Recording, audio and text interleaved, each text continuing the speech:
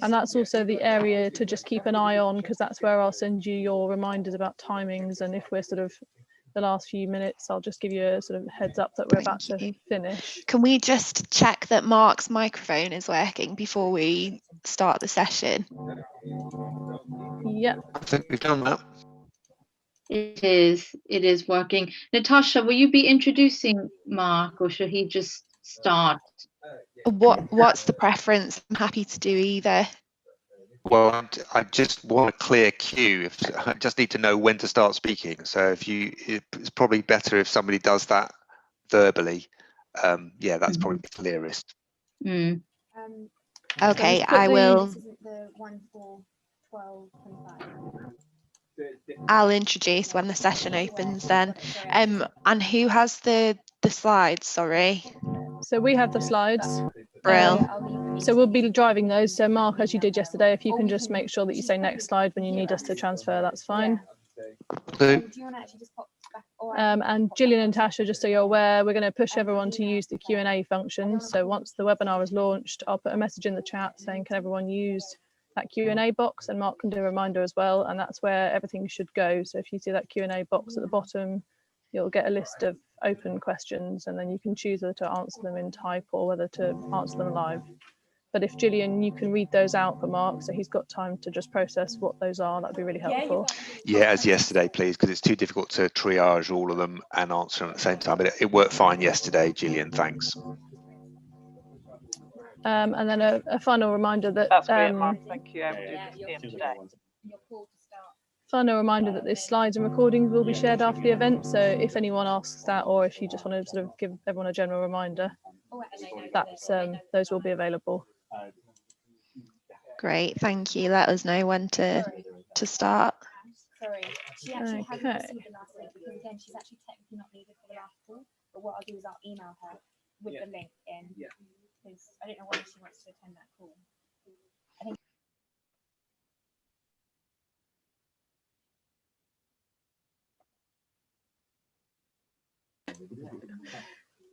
Cool, right, so we're about to go live, so I'll launch the webinar, and then if you can do the introduction, Natasha, that'd be great. Great. Okay, so going live now.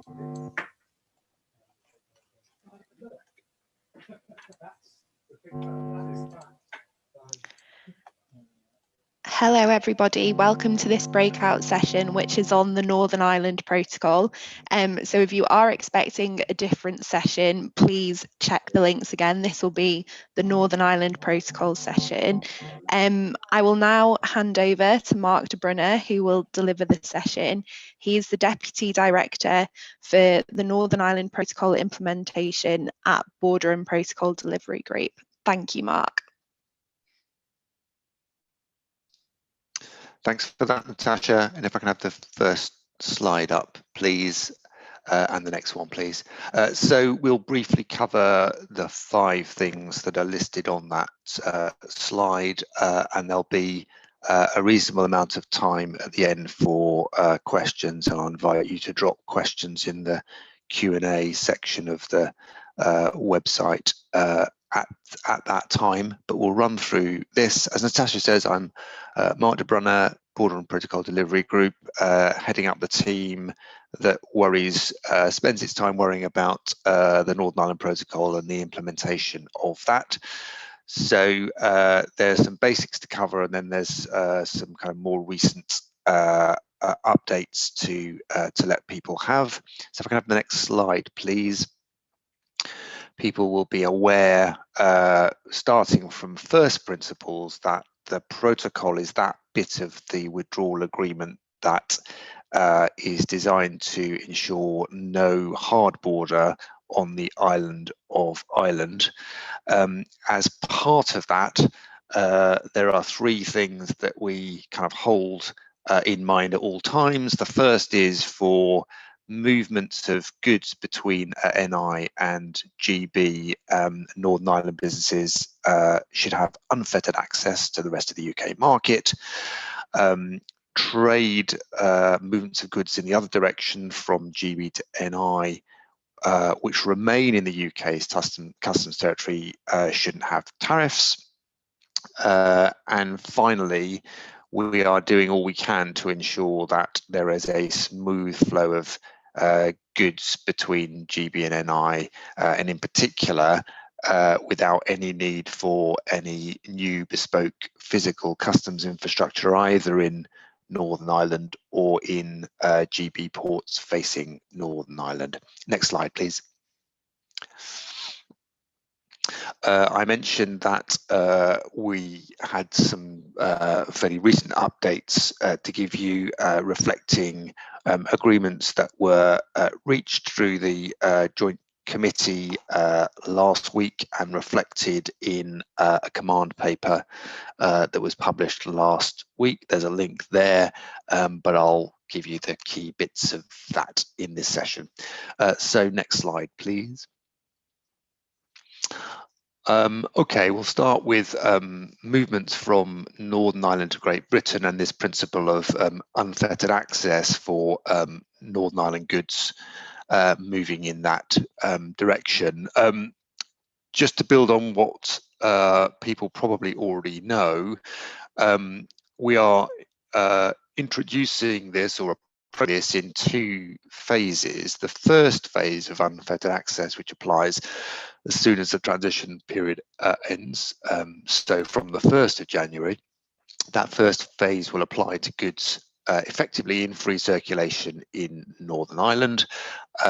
So there are provisions to counter avoidance by businesses who reroute through Northern Ireland purely to take advantage of the new arrangements. But essentially what we're trying to do is keep as close to the status quo from the 1st of January as possible.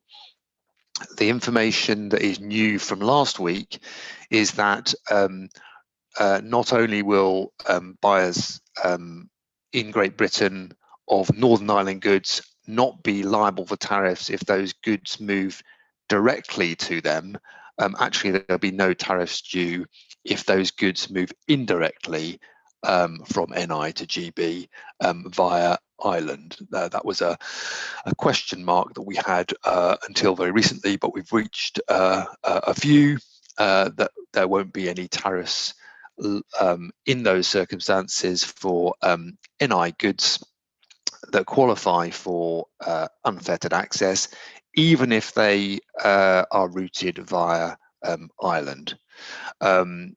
Also relevant to phase one of unfettered access is that the agreement provisionally reached with the EU, it needs ratification formally, but will have legal standing in light of that ratification.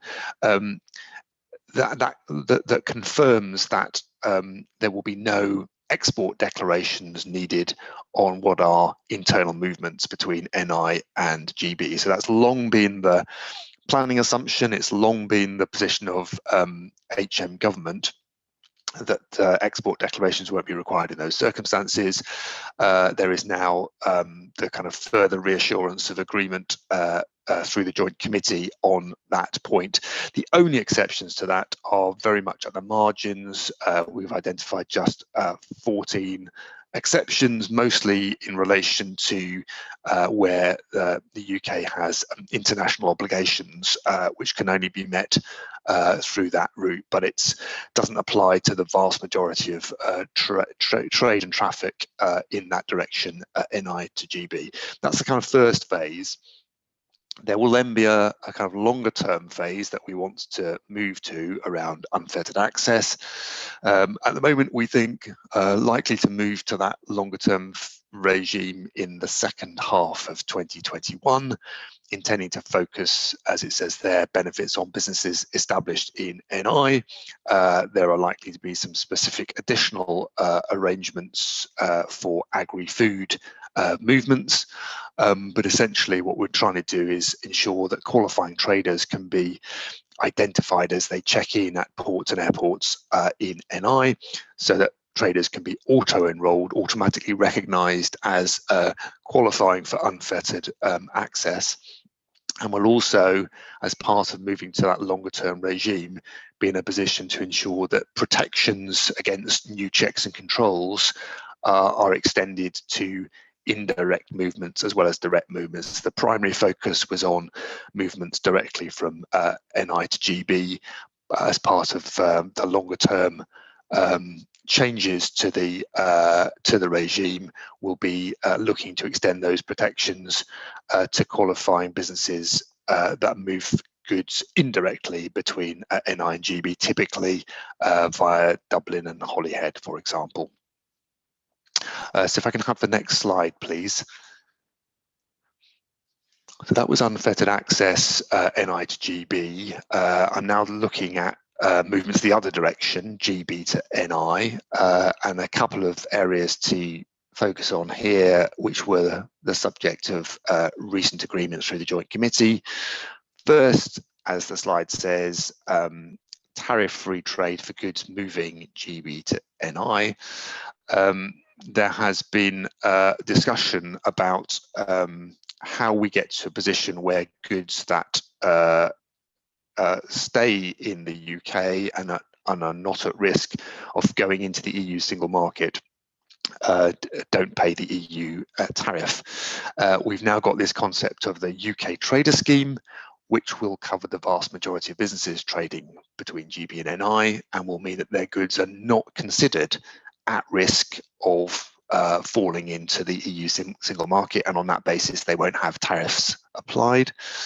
That's going to be focused on goods that are sold to or provided for final use by end consumers in NI, or for internal UK trade elsewhere in the UK. Notably that for GB to NI movements, the scheme will apply wherever whatever the origin of those goods. So that's no longer, it won't be a consideration under the UK trader scheme. It'll be open to businesses who are established in Northern Ireland or with a fixed place of business in Northern Ireland. If they've got a fixed place of business but they're not established, then they're going to need to have a customs related operations carried out in the UK, or an indirect customs representative in NI. But the basic principle is this is they're open to businesses established in NI or with a fixed place of business in NI, rather than being available to businesses established only in the EU. The UK trader scheme is relevant even if there is a free trade agreement, and people will have their own views about the likelihood of a free trade agreement being reached between the UK and the EU in the next few days. But even if there is a free trade agreement, this UK trader scheme will still be relevant, because there is no need for certification of origin under the scheme. Obviously, it's a common feature of a free trade agreement that there are rules of origin requirements and certification requirements around that.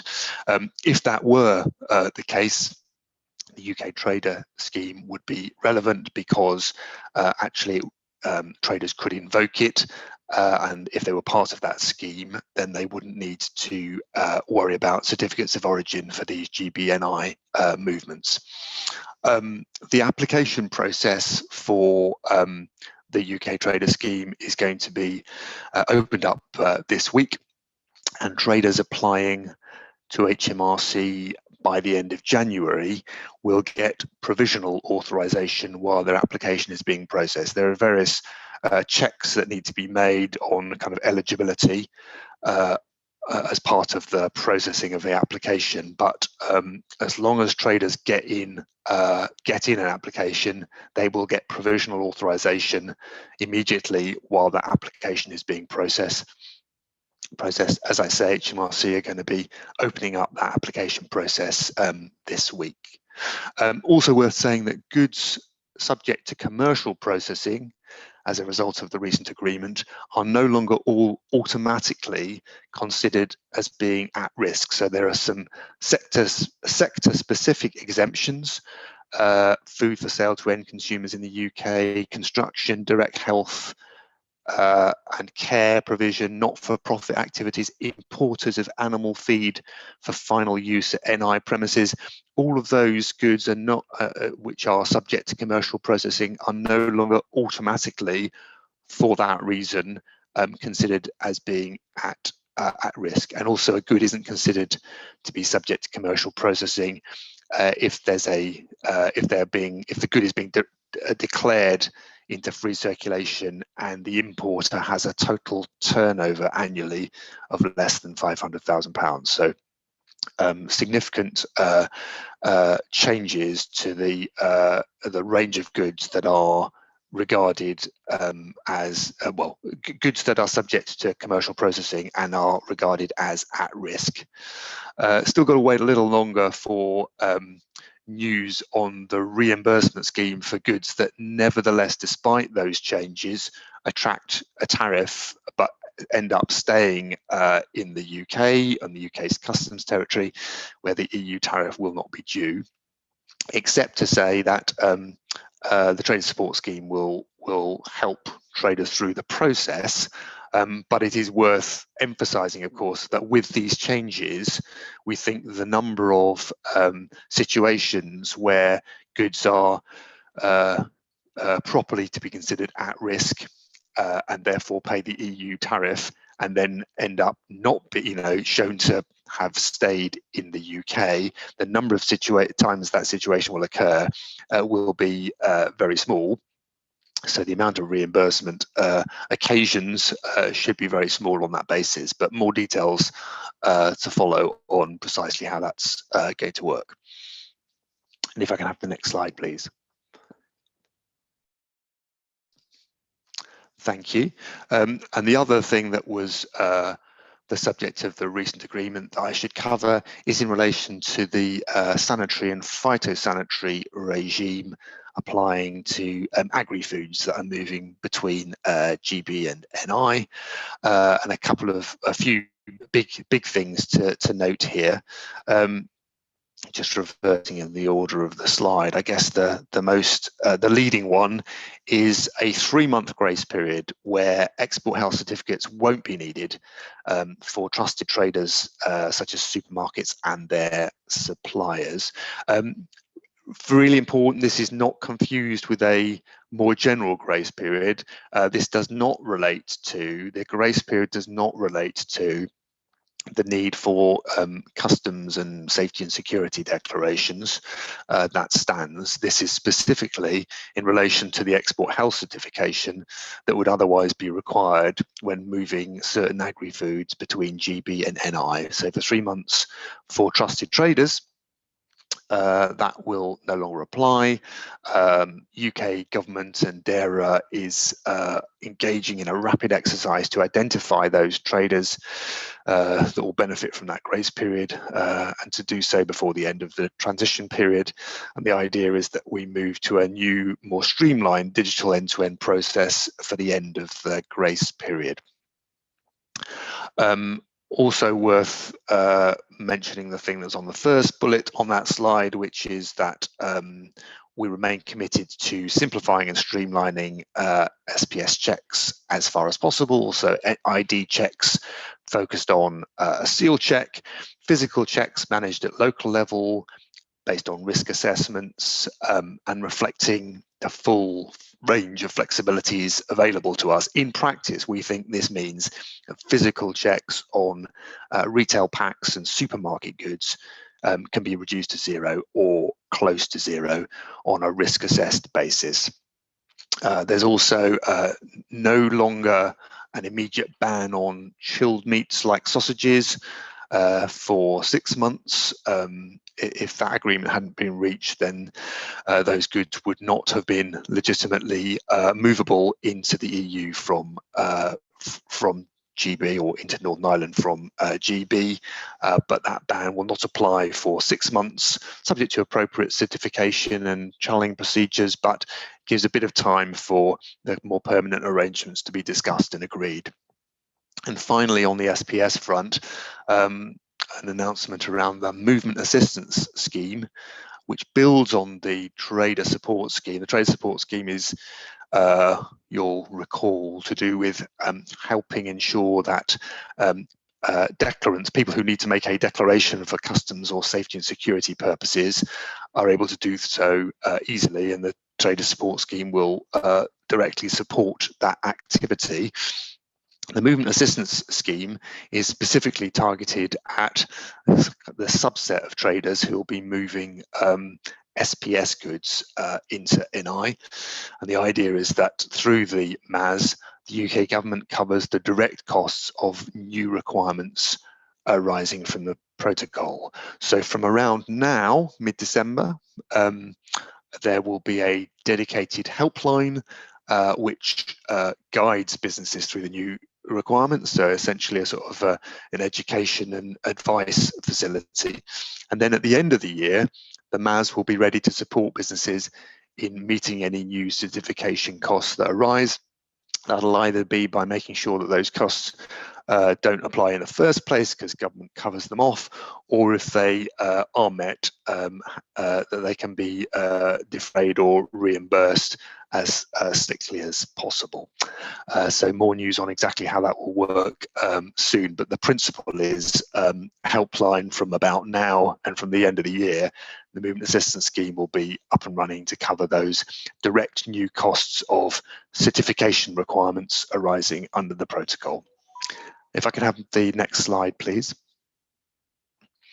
So this is just a bit of a summary, stepping back. So GB to NI, as I have covered, new declaration requirements. There may be duties if at risk of entering the EU market, but I've just described the UK trader scheme and how that aims to reduce right down the number of goods that would be so regarded as at risk.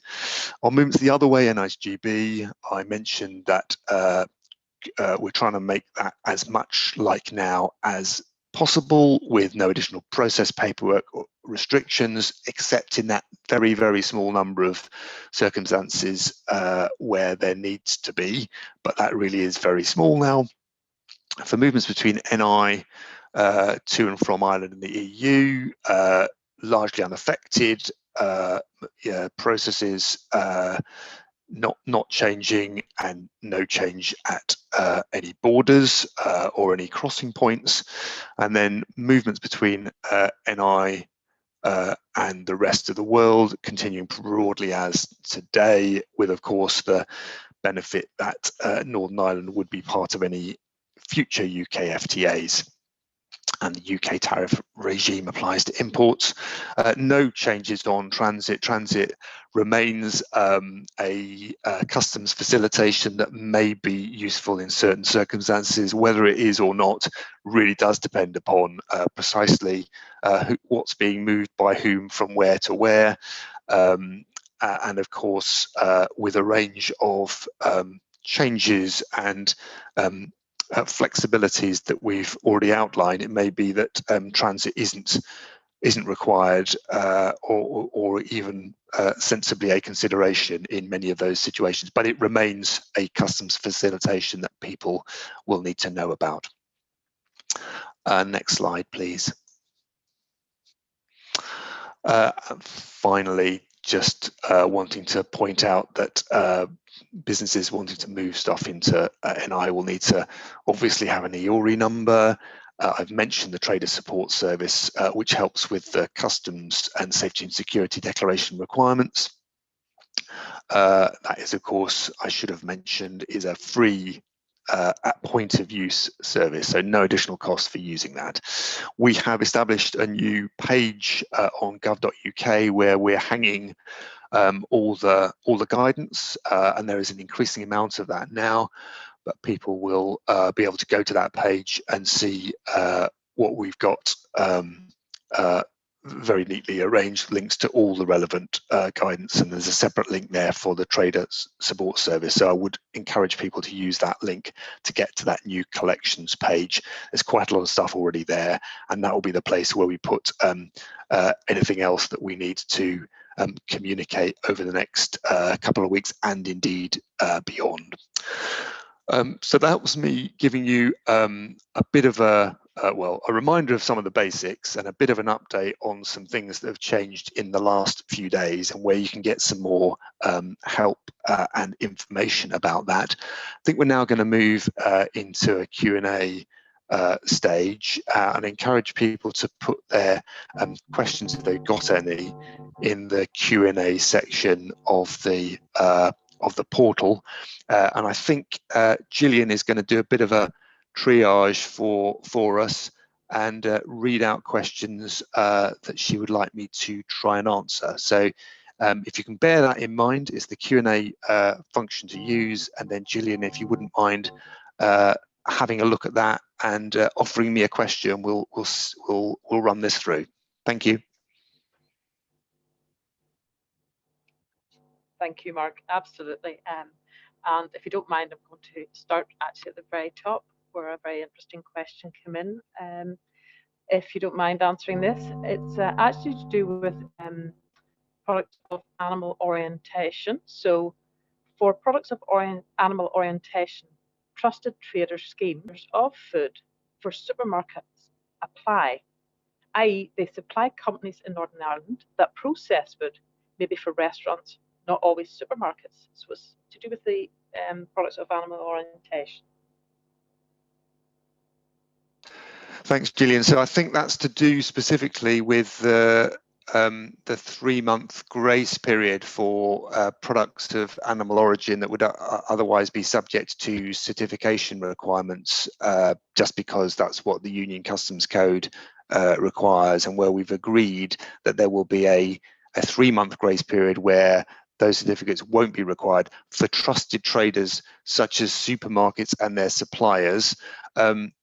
We are working with supermarkets and their suppliers and others who might be in the position of being able to benefit from that, to make sure there is clarity around precisely who can and who can't benefit from that. So that's, I mentioned there's an exercise at the moment with DARA to identify those traders. So the precise scope of that, I think, will be I mean, there's a form of words that describes who's in the frame for that, but there's an exercise which is ongoing, has started, I understand, or is about to start, because it needs to complete by the end of the year to identify those traders. So that exercise, if it's not already underway, will be underway very soon. And I think those conversations around whether a particular trader is to be regarded as trusted because it's in part of that wider supply chain or not, those conversations will happen as part of that exercise. I can't be more definitive at the moment. I think we've got a set of broad principles which will be subject to the DARA-led engagement exercise that I talked about, which will happen over the next couple of weeks.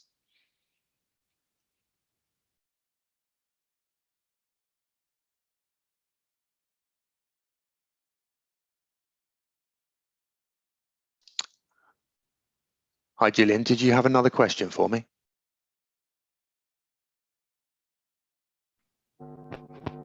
Sorry about that. My mute went, or I seem to be on mute. I'll start that one again. Okay, the next question. Will future NI to GB and GB to NI movements post-June 2021 require export declarations? We may have already covered this in your presentation.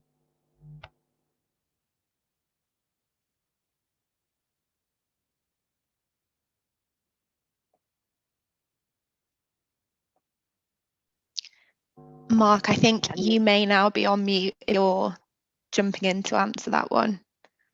Sorry, there's always one person, isn't there, who starts speaking without, so my apologies for that. So yeah, the question related to both directions, the answer is similar in both directions, but just let me take each one individually just for clarity.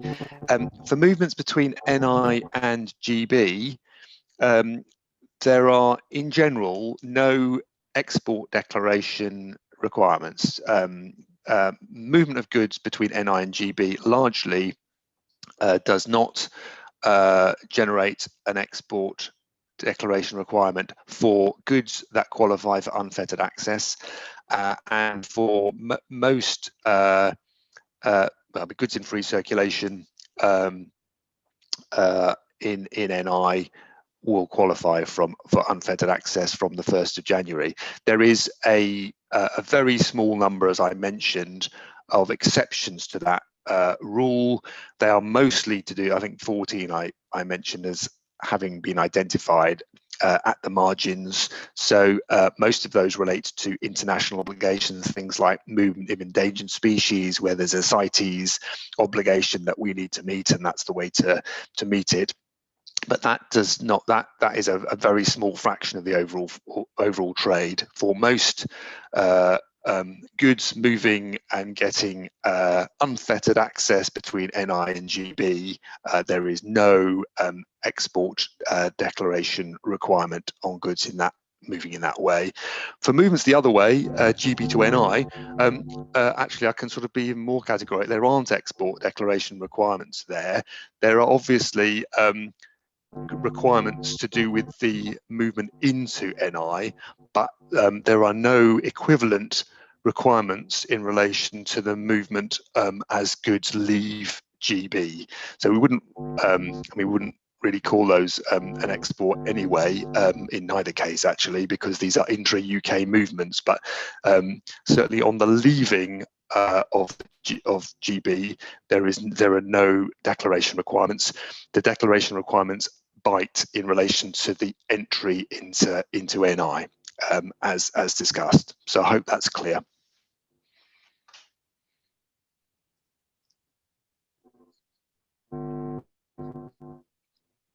Thank you, Mark. Moving on to the next question. Will goods carried in travellers' luggage from Northern Ireland airports to EU airports, and obviously vice versa, will they continue to be subject to the same regular limits as now, or will it change? The carriage of goods, will it change to be the same as GB airports to EU airports? So as far as I'm aware, there are no new requirements in relation to movements from NI to the rest of the EU. I mean, people will be aware that both the wrinkle is that the Union Customs code applies, but it's UK customs territory. So you've got those two things happening at the same time. But the effect of that is intended to be there's no additional requirements on the movement of goods from NI directly to EU countries. So as far as I'm aware, and we will follow this up and check it in case I'm not right, but I'm pretty sure that in the specific situation of airports, there's no new requirements here. If goods are being moved from NI to EU, whether by air or otherwise, there are no new requirements there. So the way that is handled will be subject to the same rules as now. Essentially, those things are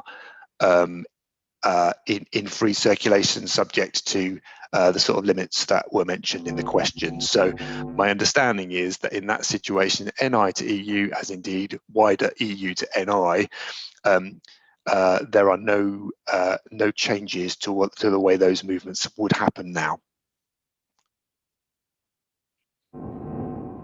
Thank you very much, Mark. A very comprehensive answer there for us. Okay, next question. When goods sail from EU to NI, inclusive shipments both for customers in NI and Republic of Ireland, what customs clearance rules would apply? And if come in with the second part to this, no T1 needed for Republic of Ireland, no import clearance for Northern Ireland. So it's a three-part question, please. Yeah, that does get a little bit complicated. But I refer you to the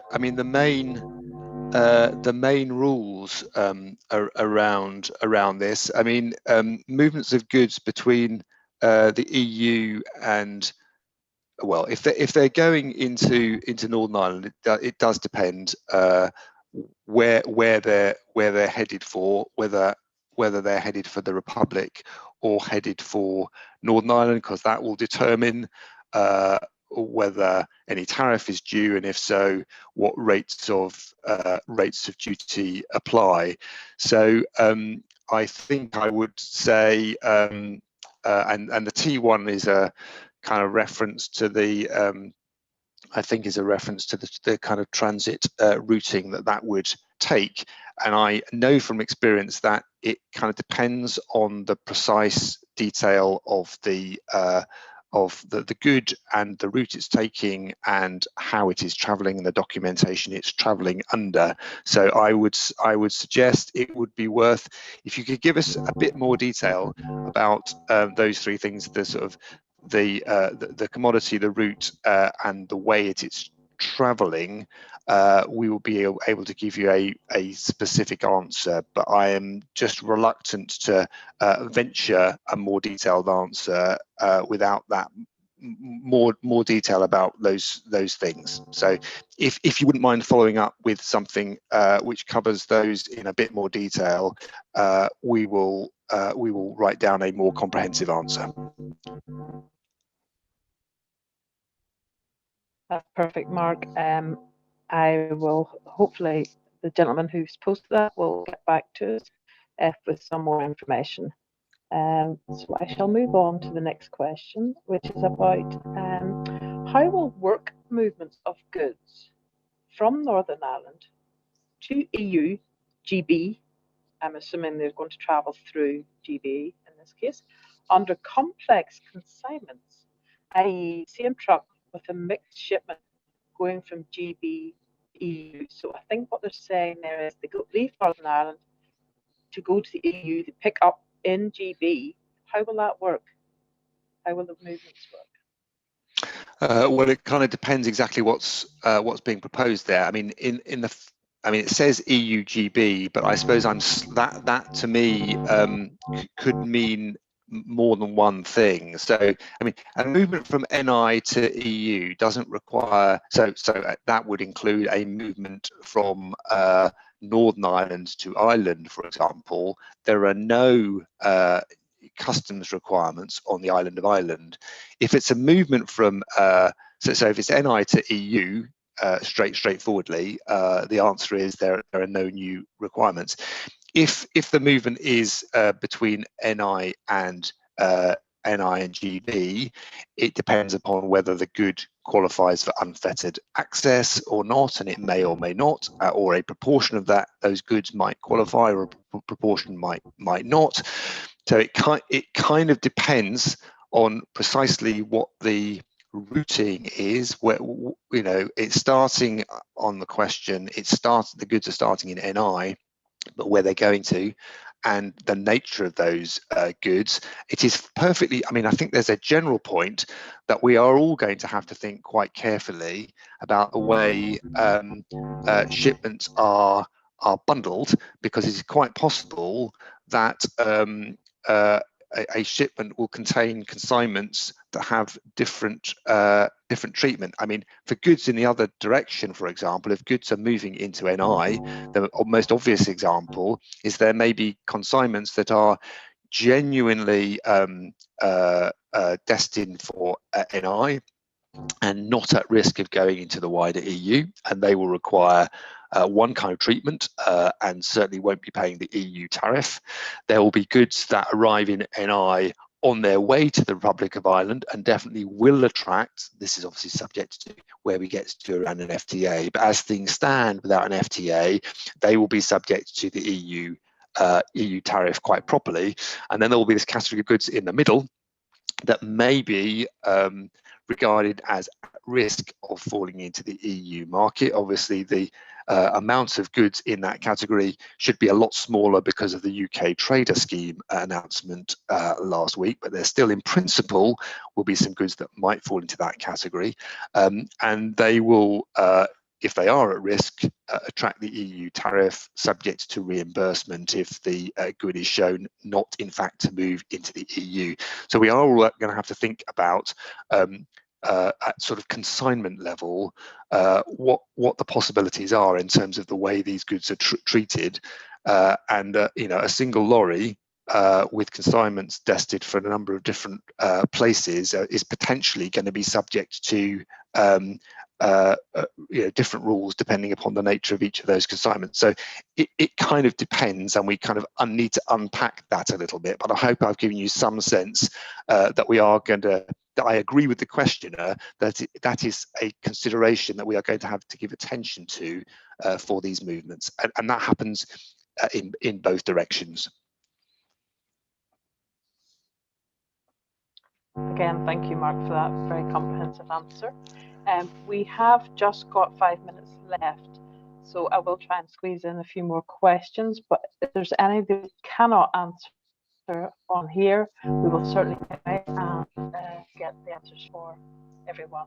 So the next question, again, it's a bit of a lengthy one. As the protocol on Northern Ireland included, it is included, I'm just reading this, it may have to change the way it's said. I'm not sure. Sorry, Gillian, you've just gone a bit quiet. Oh, I'm sorry. Can you hear me now? That's better, thank you. Okay, I'll just start. Sorry, I'll just start reading the question again. As the protocol provides a legally operative solution that avoids a hard border on the island of Ireland, shipments from the EU to Northern Ireland will be executed as it has been done so far in the conformity with the rules of intra-community acquisition of goods, intra-community delivery of goods. Can you please confirm?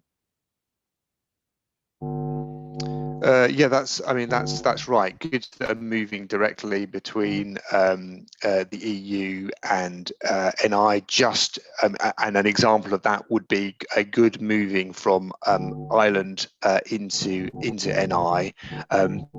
There are no new rules around that. The kind of current rules around free circulation apply to that movement. I've no doubt there are many implications of that, of which the question probably identifies an important one. There will be others as well, but in principle, you know, those goods are in free circulation in the EU, and for this purpose, that includes Northern Ireland.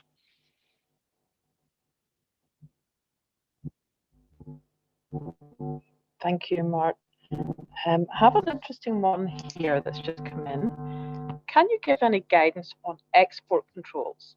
Now, with this, what they're actually specifically asking is, will an export license be required when shipping goods on the strategic control list to the Isle of Man from Northern Ireland or GB?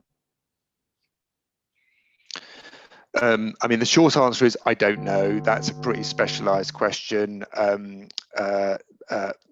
BEIS and FCO, I think, oversee the control goods and the sort of strategic exports list, and there will be a precise set of